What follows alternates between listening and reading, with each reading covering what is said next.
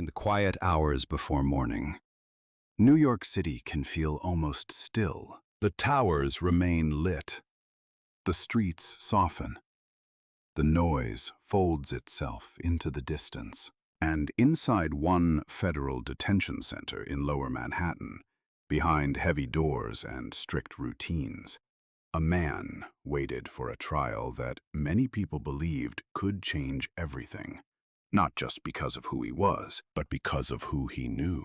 For years, his name had moved through circles of wealth, power, private islands, luxury homes, legal agreements, sealed records, and whispered questions.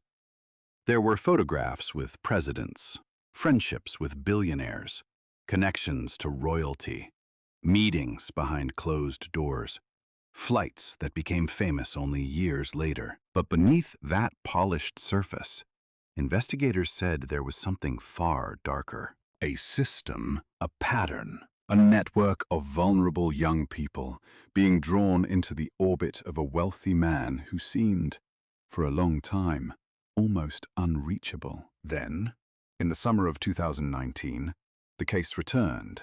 Federal agents arrested him. Prosecutors stood before cameras. Survivors, many of whom had waited for years, listened as the story came back into public view. This time, people said, there would be answers. This time, the courtroom might finally hear what had been hidden. But before that trial could begin, the case changed again, and the silence that followed did not bring peace. It brought more questions. Questions about money, questions about power, questions about institutions that failed to act sooner, and questions about how one man, surrounded by warnings, allegations, and privilege, had managed to keep moving through the world for so long. Tonight, we follow the documented story carefully, not as a spectacle, not as a rumor, but as a quiet, steady account of a case that still lingers in public memory, a case about wealth, secrecy, damaged trust, and the people who tried to be heard. Welcome back. Tonight's true crime story is told slowly and calmly, for quiet listening, nighttime focus, or rest.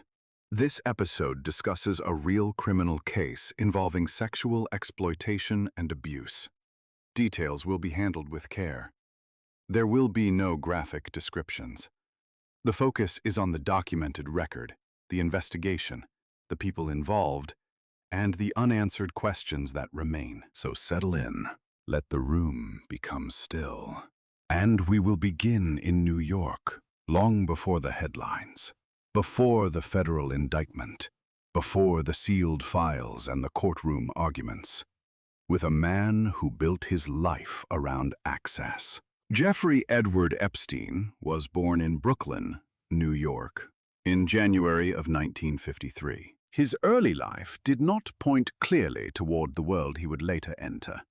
He grew up far from the private estates and elite social circles that would eventually define his public image. He was known as bright, especially in mathematics, and for a time he studied at Cooper Union and New York University, though he did not complete a degree. In the 1970s, he found his way into teaching.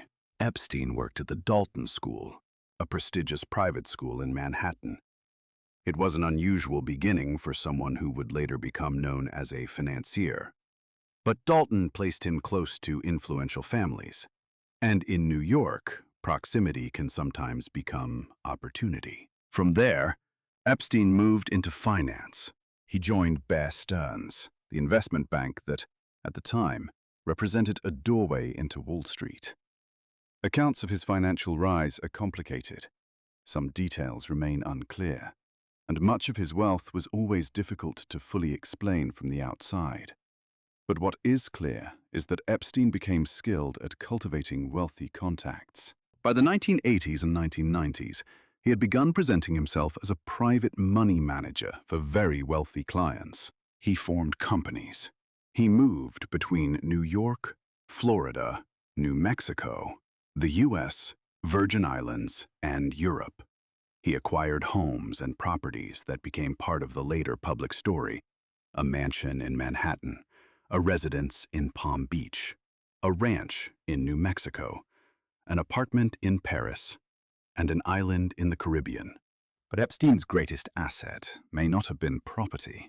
It was access. He built relationships with people whose names carried influence: business leaders, scientists, academics, politicians, celebrities, and members of royal circles. Some knew him closely. Some encountered him casually. Some later said they had misunderstood or underestimated the seriousness of his conduct. Others were criticized for maintaining connections even after his criminal record became public. Epstein's social world was not simply a backdrop. It became part of the mystery, because whenever a person with that much access is accused of harming vulnerable people, the public naturally asks how many people saw signs, how many people looked away, and how many institutions failed to respond. There is one other figure who became central to the story: Ghislaine Maxwell. She was the daughter of British media tycoon Robert Maxwell. After her father's death, she became part of social circles in New York and elsewhere. In the 1990s, she became closely associated with Epstein. Their relationship was personal, social, and, according to prosecutors in later proceedings against Maxwell, connected to Epstein's exploitation of young victims. Maxwell would later be prosecuted separately and convicted in federal court for crimes connected to Epstein's abuse of minors. She was sentenced to prison. Her case, unlike Epstein's 2019 case, reached a trial and a verdict. But for many years before that verdict, her name appeared mostly in civil lawsuits, survivor accounts, and investigative reporting. To understand the Epstein case, it is important to understand that it did not emerge all at once. It came forward in layers. A police investigation in Florida, a controversial plea deal, civil lawsuits, reporting that revived the public record, a new federal indictment, a death in custody. Then, years of renewed attention to files, names, records, and accountability. The story is not simple, and it should not be told quickly. The first major criminal investigation into Epstein began in Palm Beach, Florida.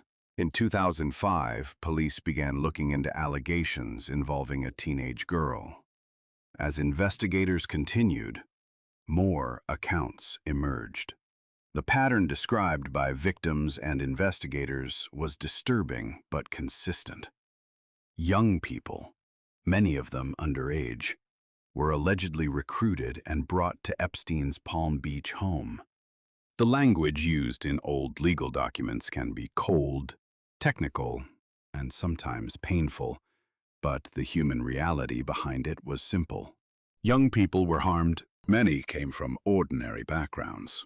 Some were dealing with instability, financial pressure, or difficult circumstances. Investigators later described a system in which girls were recruited through others, creating a chain that helped Epstein reach more victims. The case should have been straightforward in one sense. A wealthy adult man was accused of exploiting minors, but it did not unfold in a straightforward way. Palm Beach police investigated. Federal authorities became involved. Prosecutors considered potential charges. Epstein assembled a powerful legal team. Discussions took place between defense attorneys and prosecutors, and eventually, in 2008, Epstein entered a plea in Florida state court. The outcome shocked and angered many people. Epstein pleaded guilty to state charges and was required to register as a sex offender. He served time in county custody, but the arrangement was widely criticized as unusually lenient, especially given the seriousness and scale of the allegations. There was also a federal non-prosecution agreement. That agreement, reached in 2008, effectively protected Epstein from federal prosecution in that district. And it also included language that benefited certain unnamed potential co-conspirators. For many survivors and their attorneys, the agreement became one of the most troubling parts of the entire case. It was not only the deal itself, it was how it was handled. Victims later argued that they were not properly informed before the agreement was finalized. Years later, the Department of Justice's Office of Professional Responsibility reviewed the handling of the matter. It did not find professional misconduct by federal attorneys, but it did conclude that victims had not been treated with the forthrightness and sensitivity expected by the department. That sentence matters, because in a case like this, the legal system is not just weighing evidence. It is also dealing with people who have already been through harm. The way they are informed, heard, and respected can shape whether justice feels real. After the 2008 plea, Epstein did not disappear. He returned to a life of wealth. He remained connected to powerful people. He traveled. He maintained homes. He continued to be seen in elite spaces. For many people watching from the outside, that became one of the central moral shocks of the case.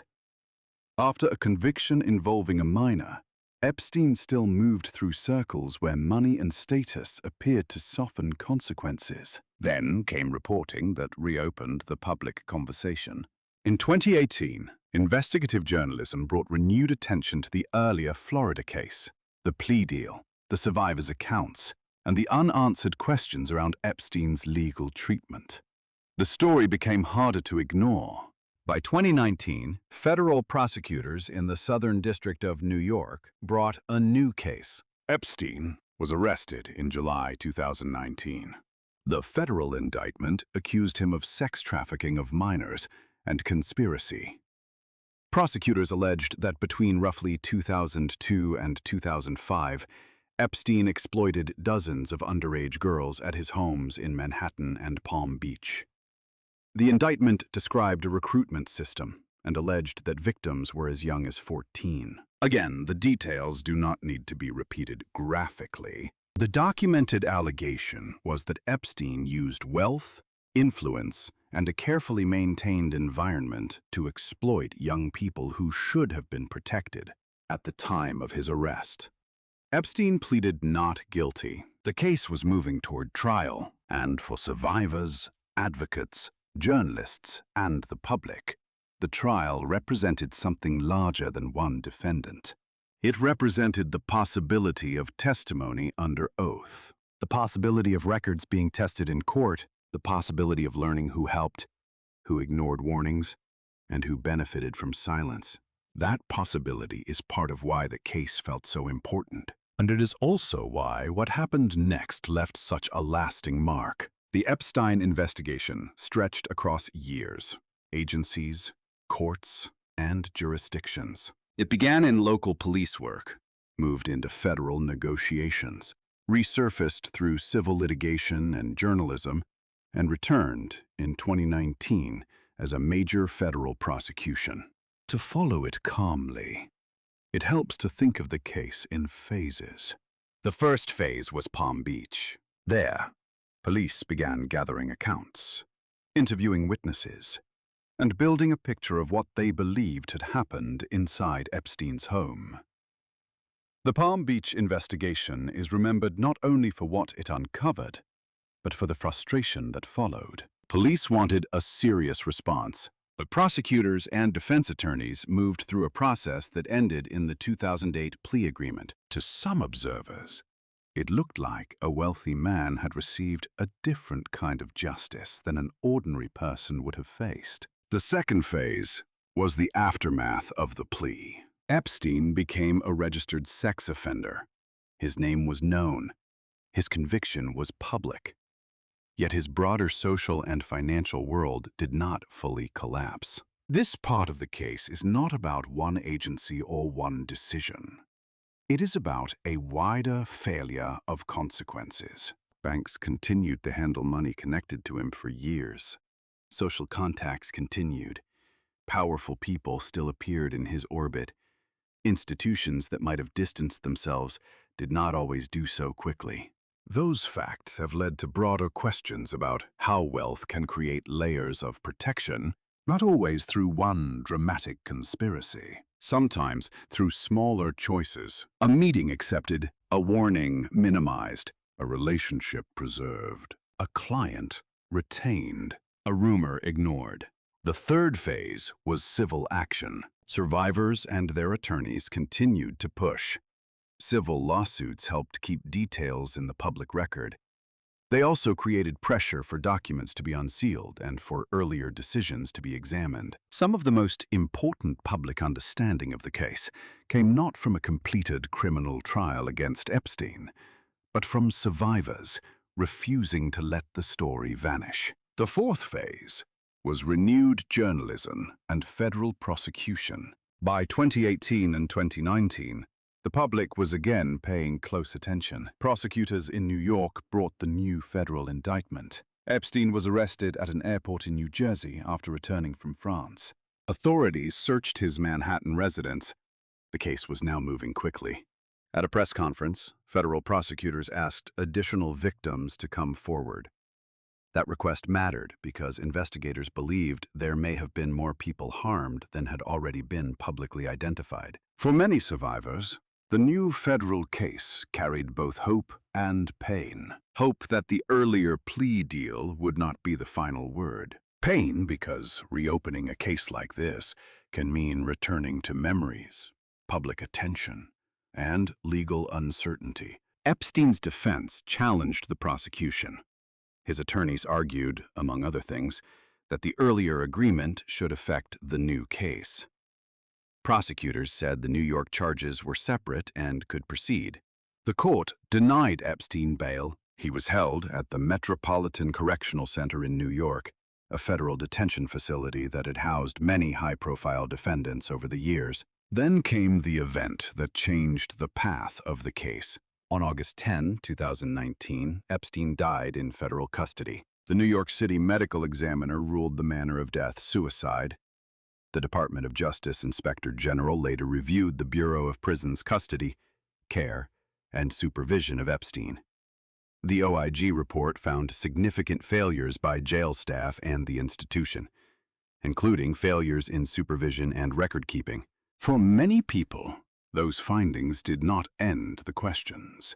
They intensified them because Epstein had been one of the most closely watched defendants in America. He was facing charges that could have sent him to prison for the rest of his life.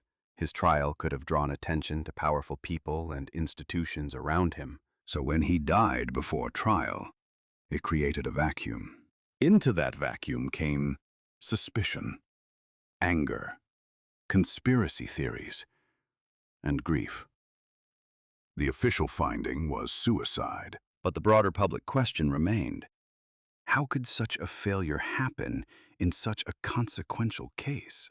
The answer, according to official reviews, was not a single cinematic explanation. It was a chain of institutional breakdowns, staffing problems, poor oversight, procedures not followed, records not properly maintained, a federal system already under strain. And in that sense, the Epstein case became not only a story about one offender, but also about the fragility of institutions that are supposed to preserve justice. After Epstein's death, the criminal case against him could not continue, but the larger legal story did not end. Ghislaine Maxwell was arrested in 2020. Federal prosecutors charged her in connection with Epstein's exploitation of minors. Her trial began in 2021. Survivors testified. Evidence was presented. Maxwell was convicted and later sentenced to 20 years in prison. That trial gave some survivors a courtroom outcome they had long been denied, but it still did not answer every question. Civil litigation continued. Epstein's estate established a compensation program. Banks and institutions faced scrutiny over their relationships with Epstein. Public attention turned again and again to records, flight logs, contacts, sealed documents, and what they did or did not prove. One difficulty in the Epstein case is that his social connections were real. But the meaning of each connection was not always clear. A name in an address book does not automatically prove criminal involvement. A photograph does not automatically prove knowledge. A flight log may show proximity, but not necessarily participation in or awareness of abuse. That distinction matters, because the search for accountability must be careful. There is a difference between documented conduct, credible allegations, poor judgment, institutional failure, and speculation. The Epstein case contains all of those categories. The challenge is not to flatten them into one story. The challenge is to keep them separate. The Jeffrey Epstein case is not unsolved in the simplest sense. Epstein was investigated. He was convicted in 2008. He was charged again in 2019. Ghislaine Maxwell was later convicted for related crimes. Many facts are documented in court records, official reports, and survivor testimony, but the case remains unsettled. It remains unsettled because Epstein died before the 2019 trial could take place. A trial would not have answered everything, but it might have placed evidence, witnesses, and arguments in a public courtroom. It might have clarified timelines. It might have forced more testimony. It might have shown more clearly who helped Epstein, who enabled him, and who looked away. Without that trial, many questions remained suspended. There is also the question of the 2008 deal. Why was Epstein given such a favorable resolution? Why were victims not informed more clearly before the agreement was finalized? Why did the federal process fail to reflect the full seriousness of the allegations? The DOJ review addressed parts of this, but for many survivors and members of the public, the answers were not emotionally satisfying. Then there is the question of access. Epstein's world included people of unusual influence. He knew politicians, business leaders, academics, scientists, socialites, and royalty. Some people cut ties, others did not. Some later expressed regret. Some denied wrongdoing. Some were never accused of any crime. The public often wants a simple list of villains, but real investigations rarely work that way. They require evidence. They require testimony. They require proof of specific acts, knowledge, or participation. And because Epstein's social circle was so large, the difference between association and involvement became one of the most important and difficult lines in the case. There is also the question of money. Where did all of Epstein's wealth come from? How did he maintain it?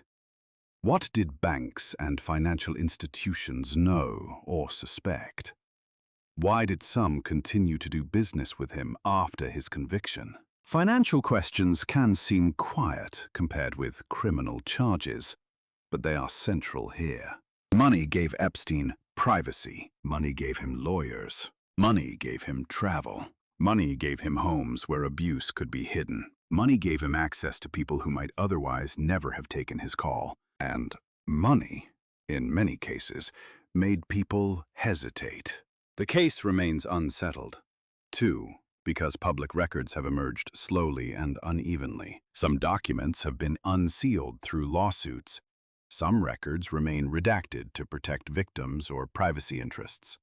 Some disclosures have created more confusion than clarity, especially when names appear without context. This is one reason careful language matters. In a case surrounded by rumor, accuracy is not just a legal concern. It is a moral one. The survivor's experiences should not be buried under speculation. The documented failures should not be blurred into fantasy, and the search for accountability should not become a game of naming people without evidence. At the center of the case are people who were young when they were harmed. For years, many said they were not heard properly. For years, they watched Epstein retain wealth, status, and connections. For years, they had to see the public debate focus not only on what happened to them, but on famous names nearby. That is one of the quiet tragedies of this case. The powerful names drew attention, but the survivors were the reason attention was needed. In the end, the Epstein case is a story about distance. The distance between wealth and accountability. The distance between official procedure and human pain. The distance between what is rumored, what is known, and what can be proven.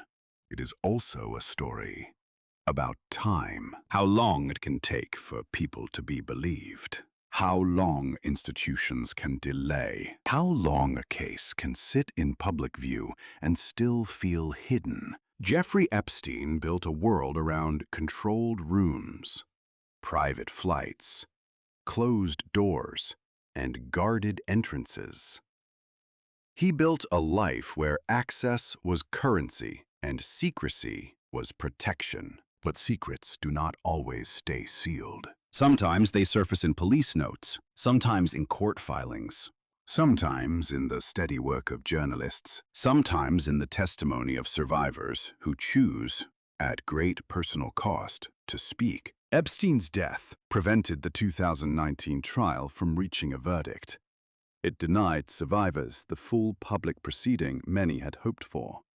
It left the public with records, reports, lawsuits, convictions of others, and a deep sense that the story had ended without fully ending. Still, some truths are clear. Young people were harmed. Institutions failed them. Wealth and power distorted the path of justice, and survivors kept pushing until the world could no longer look away. That may be the most important part of the story. Not the mansion, not the island, not the famous photographs, not the names people search for again and again, but the fact that, beneath all of that noise, there were people asking to be heard, and eventually, even through delay, denial, and darkness, their voices changed the record.